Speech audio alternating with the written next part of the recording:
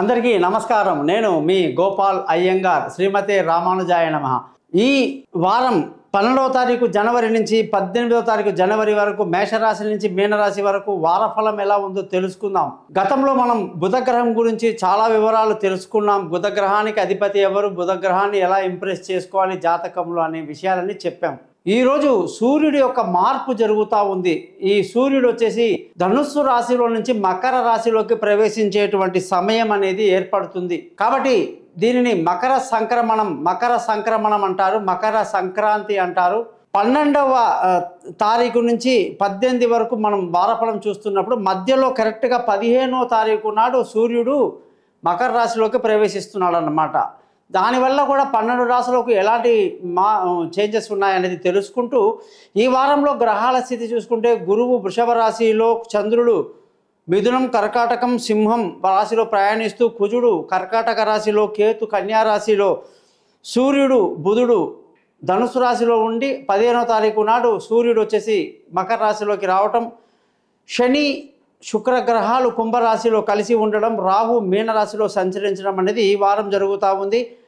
ఈ వారఫలం అంతా కూడా ఆదివారం నుంచి శనివారం వరకు, మృగశిర నక్షత్రం నుంచి పూర్వ ఫల్గుని నక్షత్రం వరకు, త్రయోదశి తిథి నుంచి పంచమి తిథి వరకు ఉంటుంది. మీ అందరికీ నేను తెలియజేసేదంటే ఈరోజు మనం కొంతవరకు సూర్యగ్రహం గురించి తెలుసుకొని ముందుకు వెళ్తే చాలా బాగుంటుంది. దయచేసి ఇది తెలుసుకోవటం వల్ల మీకు ఎంత ప్రయోజనం అంటే ఏమాత్రం మీ టైం వేస్ట్ కాదని తెలియజేస్తున్నా. సూర్యుడు స్వతహాగా తనకు తానే అధిపతి. సూర్యగ్రహానికి అధిదేవత సూర్యుడే. మిగతా అన్ని గ్రహాలకి కూడా ఖచ్చితంగా వేరే వేరే దేవతలు అధిదేవతలుగా ఉంటారు. కానీ సూర్యుడు తనకు తానే అధిష్టాన దేవతగా ఉండడం వల్ల సూర్యుడు అన్ని మతాలకి కూడా ఆ కనిపించే సూర్యుడు కాబట్టి ఖచ్చితంగా వాళ్ళ మతంలోకి సూర్యుని లాగకపోతే మరి వాళ్ళ మతానికి విలువ ఉండదు. అదేంటయ్యా కనబడే చంద్రుణ్ణి లాగట్లేదు, మీరు సూర్యుడిని చూపించట్లేదు, మీదేం మతం అని అడుగుతారు జనాలు. అందుకే వాళ్ళు కొత్త కొత్త మతాలు పుట్టించుకుంటారండి. కొందరు దుర్మార్గుడు కలిసి అలా అది మొక్క కాస పెద్ద వటవృక్షం అయిపోయి కొన్ని మతాలు ఉన్నాయి ఇప్పుడు. సూర్యుని కుమారుడు అంట, ఏందో ఆ భాష ఏంటో అదేంటో మనకు అర్థం కాదు. సూర్యుని కుమారుడు అని చెప్పేసి వదిలేశాడు. ఇంకొకడు అసలు సూర్యుని కన్సిడర్ చేయకుండా చంద్రుడే దేవుడు అనుకుంటాడు. ఇంకొకడు రకరకాల మనుషులు ఉంటారండి. హిందూ మతం మాత్రమే ఆదిత్యుడికి సూర్యుడికి అనేక నామాలతో అత్యంత అద్భుతమైనటువంటి గౌరవాన్ని ఇచ్చి సూర్యుడే సూర్యనారాయణుడు సూర్యమండలం దాటి అనేక 14 లోకాలండి. అసలు పైన 7 లోకాలు, కింద 7 లోకాలు ఉంటాయండి. ఆ లోకాలన్నీ ఏమిటి, అందులో సూర్యుని యొక్క లోకం ఏమిటి, ఆయన ఎంత దగ్గరలో, మనకు చాలా దగ్గరలో ఉంటాడు సూర్యుడు. మనం అనుకుంటాం ఇక ఆయన్ని దాటిన తర్వాత అనేక లోకాల్లో లాస్ట్కి ఉండేది బ్రహ్మలోకము. మొత్తం ఇదంతా కూడా వైకుంఠం, మహావిష్ణువు లోపల ఇవన్నీ కూడా ఉంటాయన్నమాట. ఈ లోకాలన్నీ అంత అద్భుతంగా చెప్పడం జరిగింది. సూర్యుడి గురించి అగస్త్య మహాముని రాముల వారికి ఆదిత్య హృదయం అనే మంత్రాన్ని బోధించి అందులో అత్యంత గొప్ప నామాలు, సూర్యుడి యొక్క నామాలు చెప్పడం జరిగిందండి. దయచేసి రోజు మీరు ఈ సూర్యుని యొక్క ఆదిత్య హృదయం చదవడం, వినడం చాలా మంచిది. మహానుభావులు శాస్త్రి అనే ఒక పెద్ద అయినా కూడా రాగంతో పాటు ఆదిత్య హృదయాన్ని ఎంతో అద్భుతంగా అందులో చెప్పడం జరిగింది. సూర్యాష్టకం అని ఇంకో మంత్రం ఉంది, అది ఒక అద్భుతము. జపా కుసుమ సంకాసం అని చెప్పేటువంటి సూర్యమంత్రం 2 లైన్లు ఎప్పుడూ అందరూ చదువుకోవచ్చండి. ఈ విధంగా సూర్యుడి గురించి అత్యంత గొప్పగా వర్ణించిన ఏకైక మతము హిందూ మతం మాత్రమే. హిందూ మతంలో మాత్రమే సూర్యుడు అక్షయ పాత్రని ధర్మరాజుకు ఇవ్వడం కానీ, శమంతకమణిని ఇవ్వడం కానీ అనేకంగా మనం సూర్యుని యొక్క ఉపాసనలు వింటూ ఉంటామన్నమాట.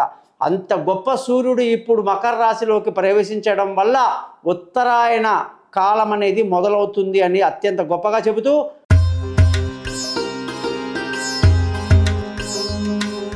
మేషరాశి వాళ్ళందరికీ కూడా 12వ తారీఖు జనవరి నుంచి 18వ తారీఖు జనవరి వరకు ఎలా ఉందో చూసుకుందాం. సూర్యుడి యొక్క మార్పు ఈ యొక్క మేషరాశి వాళ్ళకి ఎంతో గొప్ప ఫలితాన్ని ఇస్తుంది.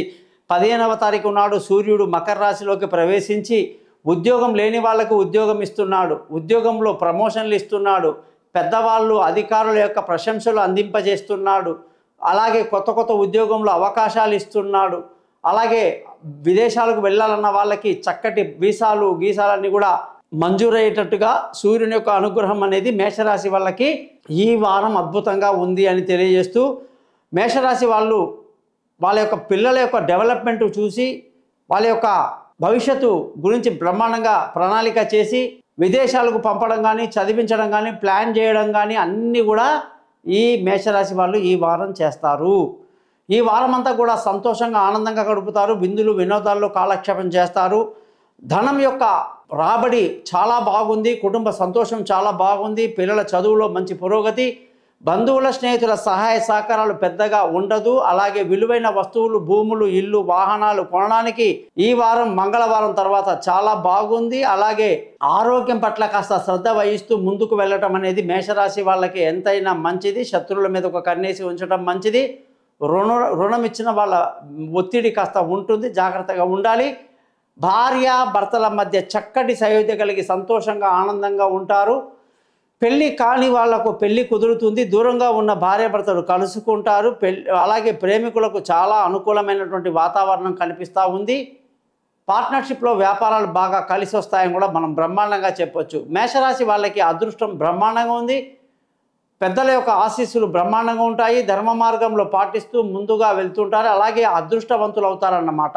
ఈ రాశి వాళ్ళందరికీ కూడా ఉద్యోగంలో నేను చెప్పినట్టుగా చక్కటి ప్రమోషన్లు, ఇంక్రిమెంట్లు, పై అధికారుల ప్రశంసలన్నీ బ్రహ్మాండంగా ఉంటాయి. ఎవరెవరు గట్టి సాహసం చేయదలుచుకున్నారో ఉద్యోగపరంగా అవన్నీ కూడా ఇప్పుడు మీరు వెంటనే చేసేయచ్చు. మీ జాతకంలో మీకు సొంత వ్యాపారము, అలాగే ఆ వ్యాపారం కూడా ఎలాంటి వ్యాపారమై ఉండాలి అంటే ఆయిల్ వ్యాపారము, ఆటోమొబైల్ వ్యాపారము, రియల్ ఎస్టేట్ వ్యాపారము, భూమికి సంబంధించిన వ్యాపారాలన్నీ కూడా బ్రహ్మాండంగా కలిసి వస్తాయని చెప్పేసి మేషరాశి వాళ్ళకి చాలా క్లియర్గా ఉంది. ఖర్చుల విషయంలో అనేక శుభకార్యాలకు డబ్బుని బాగా ఖర్చు పెడతారని కూడా చెప్పాలి. మేషరాశి వాళ్ళందరికీ కూడా నేను ఎప్పుడూ చెప్పేది ఏంటంటే, ఈ రోజు కూడా ధరణి గర్భసంభూతం విద్యుత్ కాంతి సమప్రభం కుమారం శక్తి అస్తంత మంగళం ప్రణమం అనే మంత్రం చదవండి. తెల్ల పగడం అనే రాయిని మీ ఉంగరం వేలికి పెట్టండి. 7000 జపాలతో సిల్వర్లో 3 క్యారెట్ల బరువు ఉన్న రాయిని ఒరిజినల్ సర్టిఫికెట్తో నేను మీకు ఇస్తాను. మీ జాతకాన్ని కూడా క్లియర్గా చూసి నక్షత్రము, అలాగే లగ్నం ఏముంది, ఎలా చేయాలి, ఏమేం ప్రాబ్లమ్స్ ఉంటాయి అన్నీ కూడా మనం ఎంతో క్లియర్గా డిస్కస్ చేయొచ్చు. 50 పేజీల జాతకం మీకు మెయిల్ చేయటం, అలాగే మీకు వాయిస్ రికార్డు 15 నిమిషాలు చేసి వినిపించి పంపడం అన్నీ జరుగుతాయి.